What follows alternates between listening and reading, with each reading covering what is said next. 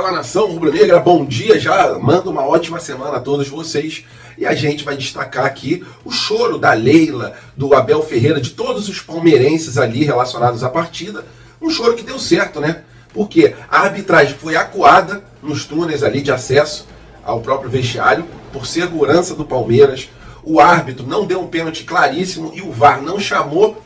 E seria um cartão vermelho aí pro Richard Rios, porque ele já tinha um cartão amarelo, então fomos prejudicados. Teve lance que o Bandeirinha, ele levantou a bandeira, só que o VAR deixou o lance correr e poderia até ter validado um gol do Palmeiras, sendo que todo mundo já tinha parado no lance. Uma outra situação foi o lance do Bruno Henrique, então esse choro do Palmeiras realmente deu certo. Falando sobre Flamengo versus Seleção Brasileira. Flamengo nesse fim de semana venceu a Seleção Brasileira e se classificou no torneio 2 de julho. Vou explicar melhor essa situação para vocês. Em relação ao patrocinador Master, pode ser que essa manobra aí do BRB ficar só 6 meses como patrocinador Master tenha um alvo, e esse alvo seja uma montadora asiática para poder ser o patrocinador Master e o uniforme do Flamengo ficar valendo em torno de 200 milhões de reais. E falando sobre ótimas notícias, né? Léo Pereira, o Gabigol e também o Alan têm grandes chances de poder estar nesse time de quarta-feira. E a interrogação fica por Bruno Henrique. Essas e outras vocês encontram agora na Flagelo TV. Mas antes disso, deixe seu like, se inscreva no canal e vamos para as notícias, que é o que interessa. Incrível! Incrível! Nada é impossível! Isso aqui é Flamengo! E agora, nação, começando o vídeo com o pé direito, uma curiosidade bastante interessante. Pela terceira vez, a gente vence a Seleção Brasileira. Para quem não sabe, o Flamengo jogou esse fim de semana contra a Seleção Brasileira pelo Sub-15. Foi 0-0 durante a partida e nos pênaltis a gente se classificou por 5-4, com destaque para o goleiro Eduardo, que pegou 2 pênaltis. É isso mesmo, galera. Vencemos a Seleção Brasileira no torneio 2 de julho, estamos classificados e tiramos muita onda, né? Mas a gente já está acostumado com essa situação. Não é a primeira vez que o Flamengo vence a Seleção Brasileira. Pelo profissional, a gente venceu por 1-0 a Seleção Brasileira em 1958. Em 1976, a gente venceu novamente, mas dessa vez a gente venceu por 2-0. E agora a gente empata, mas vence nos pênaltis e se classifica pelo Sub-15. É muita moral que essa camisa tem, né? A Seleção Brasileira joga com a gente, né? Nesse caso, a Seleção Brasileira que jogou, lógico, foi a Seleção Brasileira Sub-15, porque a gente estava no torneio ali Sub-15, mas mesmo assim a gente não tremeu, a gente partiu para cima da seleção e mais uma vez saímos vitoriosos. Então queria apenas trazer essa curtinha aqui, tiramos muita onda, com destaque para o goleiro Eduardo, pegador de pênalti, parabéns. E mais uma vez, né, o nosso freguês, a Seleção Brasileira, não consegue sair com resultado positivo dentro de campo, diante do mais querido do Brasil. E será que a CBF vai se acovardar depois de todas as situações que aconteceram entre Palmeiras versus Flamengo? Isso porque teve pênalti no Flamengo, no Everton Ribeiro, cometido pelo Richard Rios, que o árbitro não relatou ali durante o campo e o VAR não chamou ele. E era para ter sido expulso o Richard Rios, porque ele iria provavelmente receber o segundo cartão amarelo. Então, a pressão feita pelo Palmeiras durante a semana serviu para alguma coisa, né?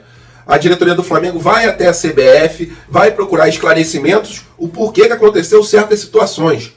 Como também um lance que o Bandeirinha deu impedimento e depois o árbitro foi lá e foi ver se foi gol ou não, sendo que todos os jogadores do Flamengo já tinham parado no lance, porque o Bandeirinha deu impedimento na hora do lance. Uma outra situação que foi meio sem querer, mas aconteceu, quase quebraram mais uma vez o Bruno Henrique, né? Um pisão no tornozelo do Bruno Henrique, uma torção ali de tornozelo, com certeza afetou também o joelho, e ele é dúvida para o jogo que vem agora contra o Atlético Paranaense pela Copa do Brasil. Então, vários absurdos, né? O árbitro ali acuado após a partida, diante das reclamações do segurança do Palmeiras.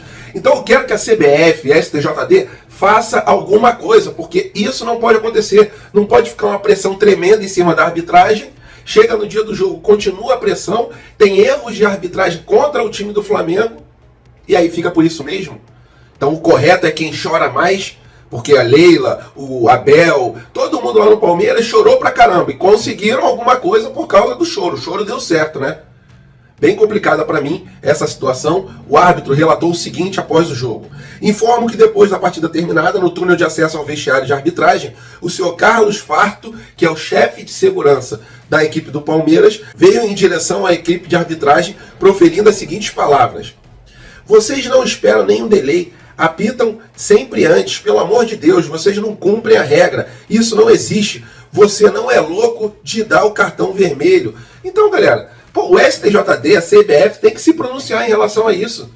Não podem as arbitragens que forem apitar ali no Allianz Arena ou em outro estádio sofrer pressão do time da casa para poder hoje favorecer, igual aconteceu nessa partida contra o Palmeiras. Um pênalti claríssimo, que já foi dado até em favor do Palmeiras, se eu não me engano, contra o Grêmio, que o jogador, ele botou ali uma carga nas costas do jogador do Palmeiras e foi marcado pênalti. Em outras partidas também aconteceu isso. E nessa, para mim, não aconteceu por causa da pressão da arbitragem. O VAR deveria ter chamado o árbitro, Abate, para poder dar uma olhada no vídeo. É o mínimo para mim. Para mim, meteram a mão no Flamengo. Queria muito saber sua opinião. Coloca ela aqui nos comentários, porque é muito importante a gente ter aquela resenha após o vídeo. E nação rubro-negra, falando sobre patrocinadores, a gente achou muito estranha a movimentação do Flamengo junto ao BRB em relação a renovar o contrato somente por 6 meses. Porque todas as notícias que estavam saindo davam conta de que o contrato seria renovado pelos próximos 2 anos no mínimo. Só que a informação que o Paparazzo Rubro-Negro trouxe esclareceu um pouco e fez a gente entender o porquê que o Flamengo fechou só por 6 meses com o BRB. A possibilidade é grande da gente poder fechar com uma montadora asiática. Então, por isso o BRB só fechou por 6 meses, porque provavelmente a gente fechando esse contrato, e é um contrato num valor muito vultuoso, que colocaria o nosso uniforme beirando ali os 200 milhões de reais somente com patrocínio. Será o uniforme mais caro do mundo? Seria bom a gente fazer aí essa resenha, a gente fazer essa pesquisa, porque é um valor gigantesco o uniforme do Flamengo fechando com essa montadora asiática, e o BRB iria para um outro lugar no uniforme, né? Não teria ali o maior destaque, não seria mais o patrocinador master a partir do ano que vem, e iria para um outro lugar no uniforme. O nome da empresa ainda não foi divulgado, essa montadora ainda está em sigilo, mas a verdade é a seguinte: o Landim está negociando com essa montadora para ser a patrocinadora master e fechando. O valor será astronômico, maior do que 40 e poucos milhões de reais por ano, sendo assim praticamente o maior patrocinador master do Brasil. Digo maior sem ser os mecenas, né? Mecenas é aquilo, né? Como se fosse uma mãe para o clube. E quando o patrocinador fecha com o Flamengo, não é para o patrocinador ser uma mãe, e sim para o patrocinador crescer gigantescamente diante de tanta visibilidade que o nosso uniforme dá. Porque além da nossa torcida, também tem os antes vendo sempre as marcas estampadas no nosso uniforme, porque eles sempre secam o rubro-negro mais querido do Brasil. Agora falando sobre a parte médica, boas notícias e um ponto de interrogação em cima ali do Bruno Henrique. Na última partida do Flamengo a gente não pôde contar com o Gabigol nem com o Léo Pereira. E não foi só na última partida, também contra o Atlético Paranaense. E a gente está numa fase decisiva contra eles na Copa do Brasil. Diferentemente do que saiu algumas notícias de que o Alan não poderia jogar pelo time do Flamengo na Copa do Brasil, e a informação que eu tenho é que ele sim pode jogar, uma notícia boa também em relação a ele. Ele já treina sem nenhum tipo de restrição. Então a gente pode ter 3 importantíssimos reforços para essa partida decisiva na quarta-feira contra o Atlético Paranaense fora de casa pela Copa do Brasil. A gente pode ter, muito provavelmente, a volta do Gabigol e Léo Pereira e, possivelmente, ter a presença, pelo menos na lista de relacionados, do Alan, que já treina sem restrição. Ele estava com grave problema na coluna, se eu não me engano, não joga desde o dia 5 de abril, alguma coisa assim. Há muito tempo ele não tem condições de jogo.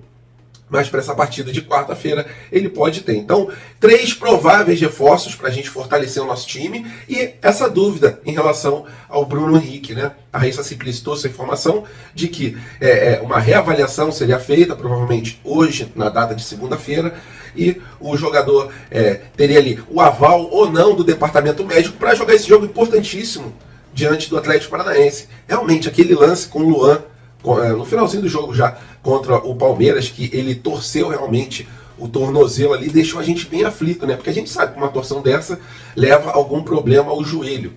Então a gente ficou com o coração na mão. Bruno Henrique conseguiu jogar até o final do jogo, até para o time não ficar desfalcado de um jogador durante esses minutos finais, mas a reavaliação ela vai ser feita e se ele não tiver condições, infelizmente a gente não vai poder contar com esse grande jogador que ontem quase marcou um gol, mais uma vez, né? Só que infelizmente ele não conseguiu marcar o gol. Vamos torcer para que ele tenha condições de jogar quarta-feira contra o Atlético Paranaense. Valeu, nação rubro-negra, tamo juntos, fiquem com Deus, tenham uma semana abençoada, até a próxima e fui!